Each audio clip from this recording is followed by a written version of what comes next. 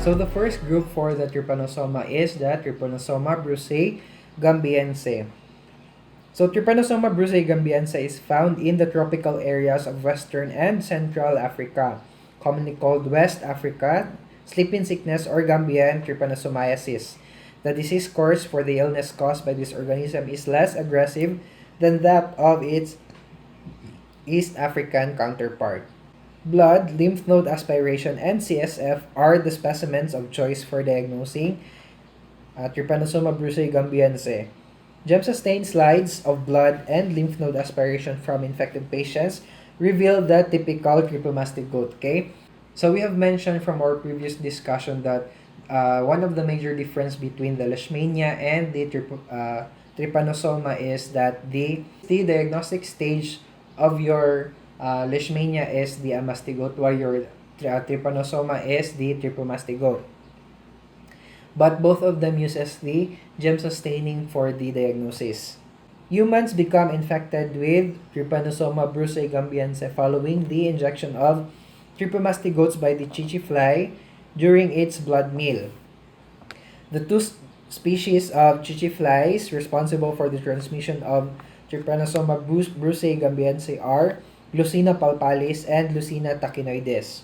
There are no known animal reservoir hosts for this parasite. Ayan, we have mentioned in our introduction that the trypomastigotes can assume the shape of S, U, or C. In this case, S shape, and in this case, the U shape. Ayan, so this is the microscopic view of the trypomastigote. So the African trypanosomiasis starts with the bite of the chichi fly. Okay? During a blood meal on the mammalian host, an infected chichi fly injects metacyclic trypomastigotes into the skin tissue.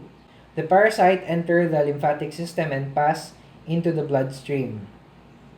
Inside the host, they transform into bloodstream trypomastigotes and are carried into other sites throughout the body and reach the other fluids and continue their replication by binary fission. The chichi fly becomes infected with bloodstream trypomastigote when taking a blood meal of an infected mammalian host. The epimastigote reach the fly's salivary gland after developing into the procyclic trypomastigote. Pagkatapos na ma-infect ang fly, the trypomastigote would then be the procyclic trypomastigote. West African or Gambian sleeping sickness. The symptoms begin to occur after an asymptomatic incubation of few days to several weeks. And the first notable symptom that may appear is the development of a painful chancre. Ayan, so this is the chancre or the ulcer, surrounded by a white halo at the bite site. Okay?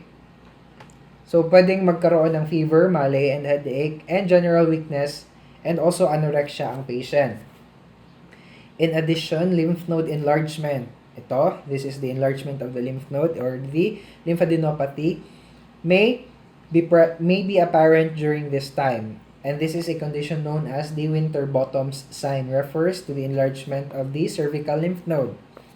Other symptoms, pwede ding magka-rash, magka-pruritus or intense itching, localized edema, and the Carandel's sign. The Carandel sign class is a delayed sensation to pain. And also when the central nervous system becomes involved, this is where the patient would experience excessive sleepiness or the somnolence. Okay? Pag palagi ng tulog ang patient, kahit na pwedeng up to 18 hours a day, okay, that is what we call the somnolence. So, that is a suspected case of the CNS involvement of the infection. There are several medications available for the treatment of this infection.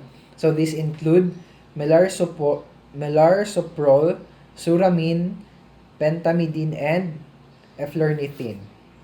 Okay, so the next group is the Trypanosoma brucei rhodesiense. The Trypanosoma brucei rhodesiense is found in Eastern and Central Africa, commonly called the East African sleeping sickness or Rhodesian trypanosomiasis. The specimen of choice for the detection of the typical Trypanosoma brucei rhodesiense trypomastigotes are blood slides stained with GEMSA gihapon and microscopic examination of CSF sediment. The only difference in the life cycle of rhodesiense and gambiense are the species of chichi fly vector.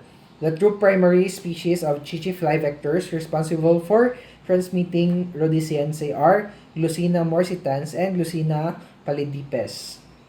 So if the gambiense is called the West African sleeping sickness, the rhodesiense is called the East African or Rhodesian sleeping sickness.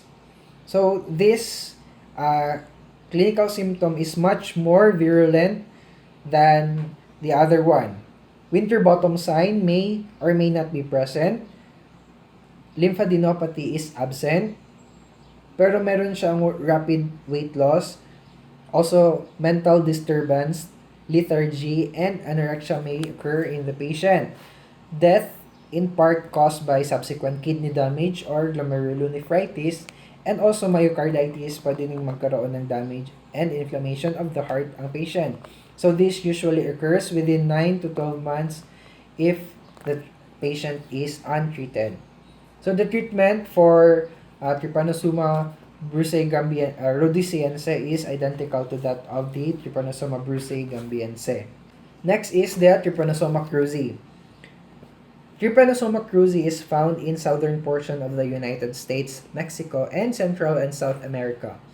Commonly referred to as Chagas disease or American trypanosomiasis, the disease course for this illness often presents itself with cardiac and gastrointestinal distress.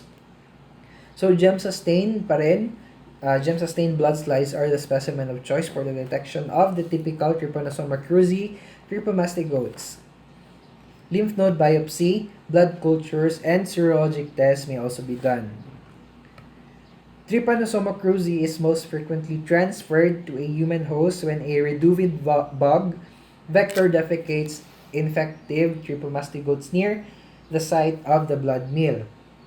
So this Trypanosoma cruzi is somewhat different from the other two because this is not pareha sa last na parasites wherein na the vector would introduce the parasite through sa iyahang proboscis. Pero the Trypanosoma cruzi or the reduvid bug would introduce the parasite through its defecate.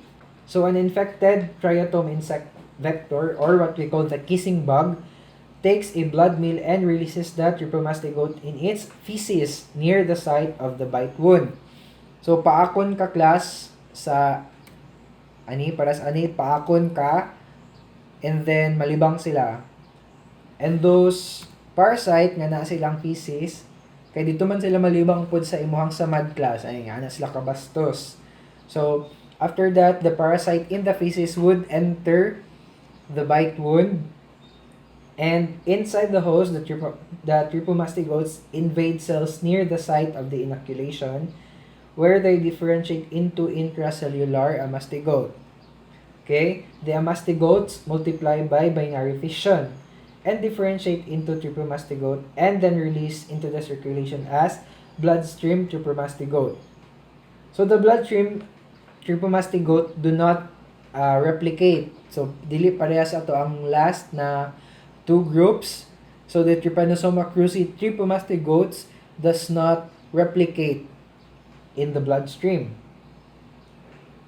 Replication resumes only when the parasite enter the another cell or are ingested by another vector.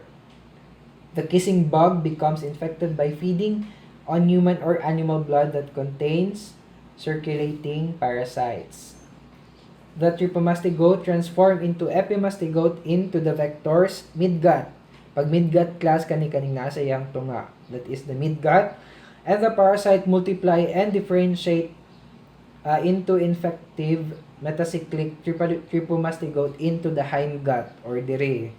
That is why ang parasite is makita sa ilaang tae kay they would be developing further into the in the hindgut.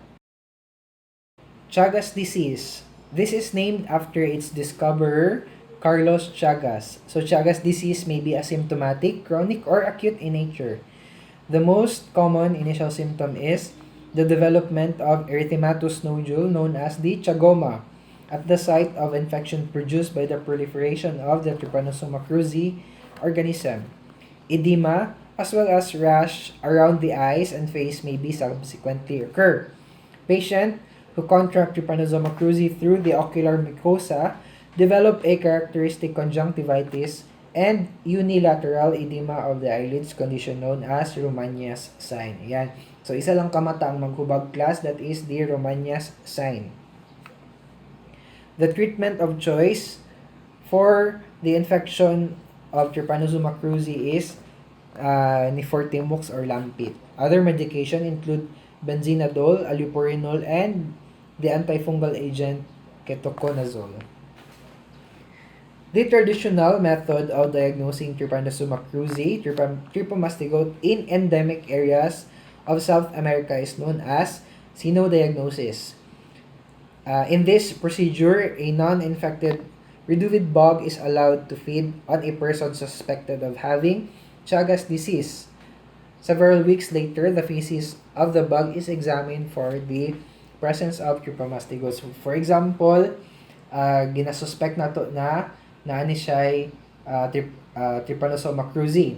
So we will get a reduvid bug na walay parasite, meaning clean na reduvid bug. Tapos let it have a blood meal sa tao, papaakon, painuman og dugo ang reduvid bug.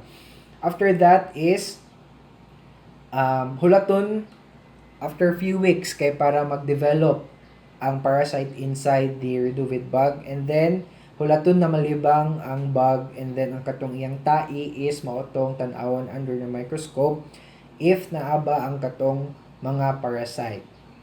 Okay? So kung walay parasite sa tae, meaning ang tao is negative, pero pag naa positive. So the early treatment is crucial for, of course, for all parasitic infection. Additional measures include prompt medical treatment of infected domestic animals, so dili lang tao, protective clothing, screening, and repellents.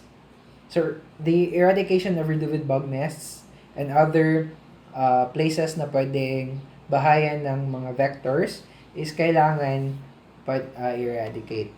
Okay, so simple naman class ang prevention and control of these parasites. Okay, so that ends the hemoflagellates.